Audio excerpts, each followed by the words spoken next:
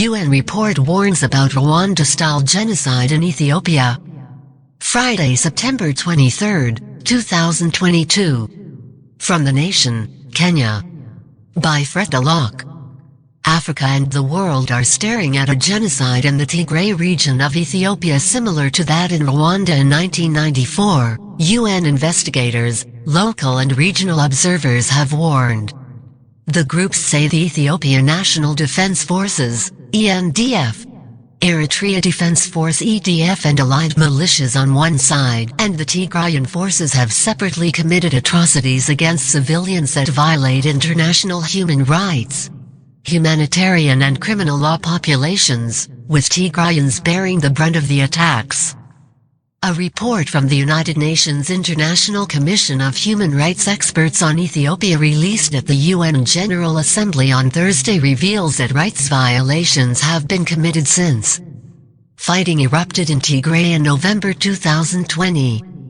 The report concludes that there are reasonable grounds to believe that violations, such as extrajudicial killings, rape, sexual violence, and starvation of the civilian population as a method of warfare have been committed in Ethiopia since the 3rd of November 2020, the report says. The Commission finds reasonable grounds to believe that, in several instances, these violations amount to war crimes and crimes against humanity.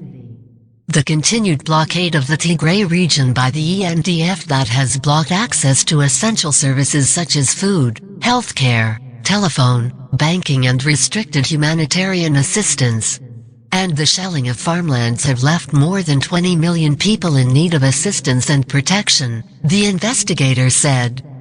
The UN Commission was convinced that the blockade was deliberate, and that the denial of food and healthcare to the Tigray population violates the prohibition against the use of starvation of civilians as a method of warfare, as well as the obligation of each party to a conflict to allow and facilitate the delivery of impartial humanitarian relief.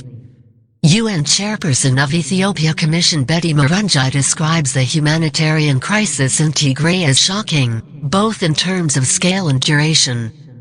The widespread denial and obstruction of access to basic services, food, healthcare, and humanitarian assistance is having a devastating impact on the civilian population, and we have reasonable grounds to believe it amounts to a crime against humanity, she said. In an attempt to uncover what is going on in Tigray, a region closed to local and international media since the war started, Nation.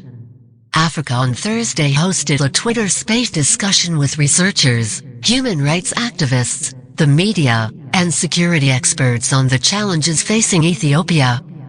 Since the war resumed on August 24 after 5 months of a humanitarian truce, most of the speakers concurred that the world does not know the exact suffering of the people of Tigray.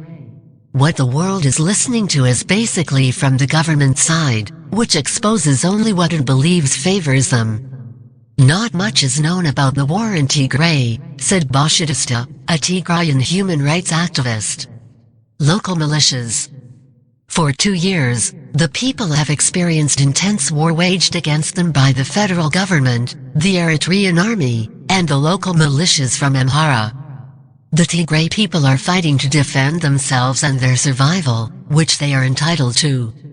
The federal government under Prime Minister Ahmed Abiy initially allowed international journalists into Tigray, only to kick them out after they exposed widespread human rights violations, said according to Mazuga Bremtin, an independent human rights researcher and advocate. The government has intimidated both local and international media by insisting that the Tigray region is a war zone and they could not guarantee their safety. What we are seeing is an intended genocide, where Eritrea has joined hands with the federal government in an effort to exterminate the people of Tigray.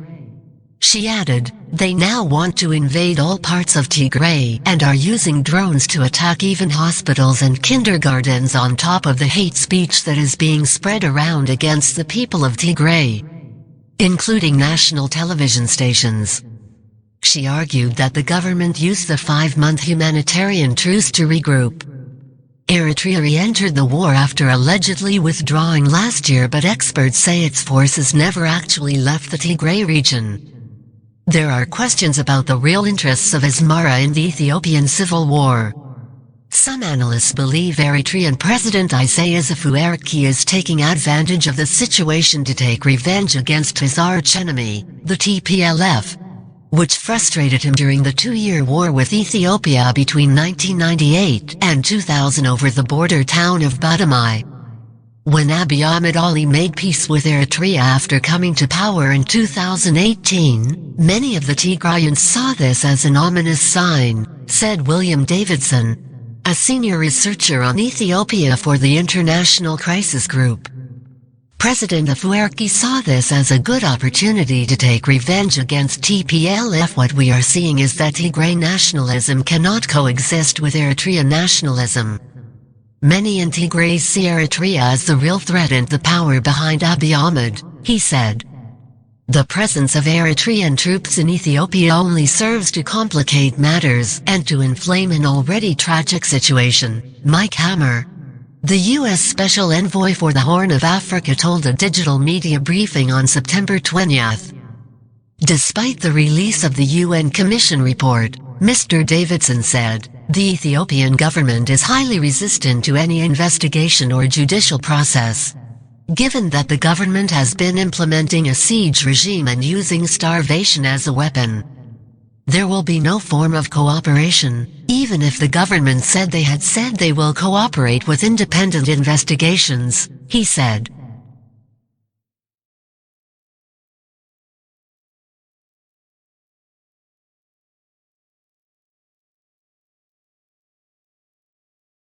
We are seeing lip service to the concept of accountability, which also extends to the Tigray Regional Administration, which has also been accused by the Commission of committing atrocities.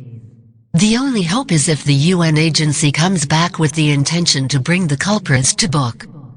Dr. Abiy has set up an inter-ministerial task force to investigate allegations of crimes against humanity.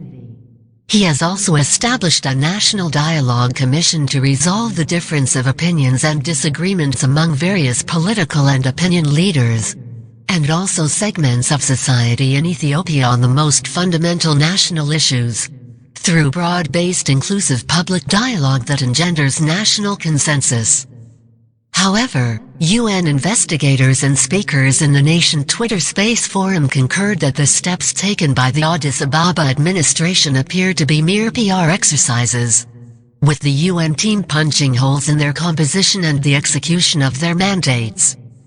On the Inter-Ministerial Commission, the investigators said, the Commission was not able to corroborate the number of interviews, prosecutions, trials, and convictions, nor that the redress measures regarding victims are underway. The draft new transitional justice policy, while a potentially important initiative, is not public nor was it shared with the Commission. The Commission was also unable to confirm that the training of investigators or military personnel is in progress. The transitional justice process, which should be transparent and open to the public, is opaque, the team found. In its report, the Commission said, the IMTF did not include critical information regarding transparency in the presentation of its work, such as information about the ethnicities and genders of interviewees or convicted persons, the methods by which it obtains preliminary information about events in Tigray, and how it is obtaining information from victims and witnesses who have left the country. Dr. Muliro Nasongo, who lectures on international relations and security at Technical University of Kenya, said the continued conflict in Ethiopia bodes ill for the stability of the Horn of Africa. He noted that Ethiopia is not just any other African country, as it hosts the headquarters of both regional and continental bodies, including the African Union. If Ethiopia disintegrates into small states, he said, it would have a domino effect on countries that are federal states such as Somalia. Secondly, it could exacerbate the problem of refugees in the region and see a rise in transnational crime such as money laundering and human and drug trafficking that feeds into terrorism. There had been hopes that stability in Ethiopia and Kenya would consolidate Somalia and South Sudan, because Khartoum is already fragile. Instability in Ethiopia will contribute to violent extremism that contributes to terrorism, he said. Dr. Nsongo's main concern is that the region should address the issue of the regional interests of global powers scrambling for resources in Africa, given that Ethiopia is one of the epicenters in the scramble. He says the US, China and countries in the Middle East have a hand in what is going on in Ethiopia. While we might handle Ethiopia with kids' gloves, because it is a major ally in the war against terrorism, there is the challenge which most African countries suffer from. Because to the global players, the state and the stability of the country are more important than anything else, so other aspects such as human rights abuses might be neglected, Dr. Nsongo said. Wake up, people. Wake up. Africans are being massacred and the world is ignoring it. Over the last 6 months, the Ethiopian government has waged a genocidal war against civilians in Tigray. So, who is responsible for this? Well, let me tell you.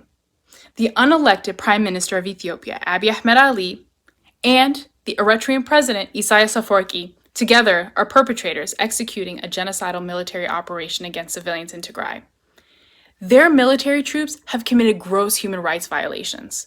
The people of Tigray are suffering, and let me tell you how. In the past 6 months, there's been an estimate of over 150,000 civilians that have been killed. Mass rape, gang rape, and sexual violence against women and girls continues to happen every single day, all across Tigray. There's been an estimate of over 50,000 cases of rape and sexual violence committed by the Ethiopian troops, Eritrean troops, and Amhara militia.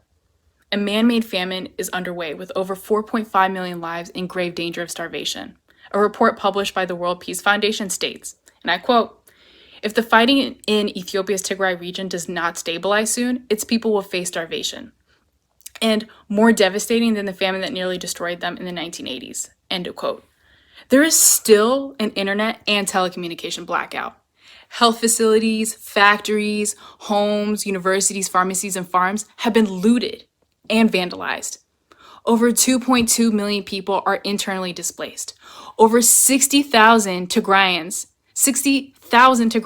have fled to Sudan in seek of refuge. 27% of them are children, and 3,000 of those children are unaccompanied and have been separated from their parents and their families. There are reports of Eritrean refugees that have been abducted, churches and mosques destroyed.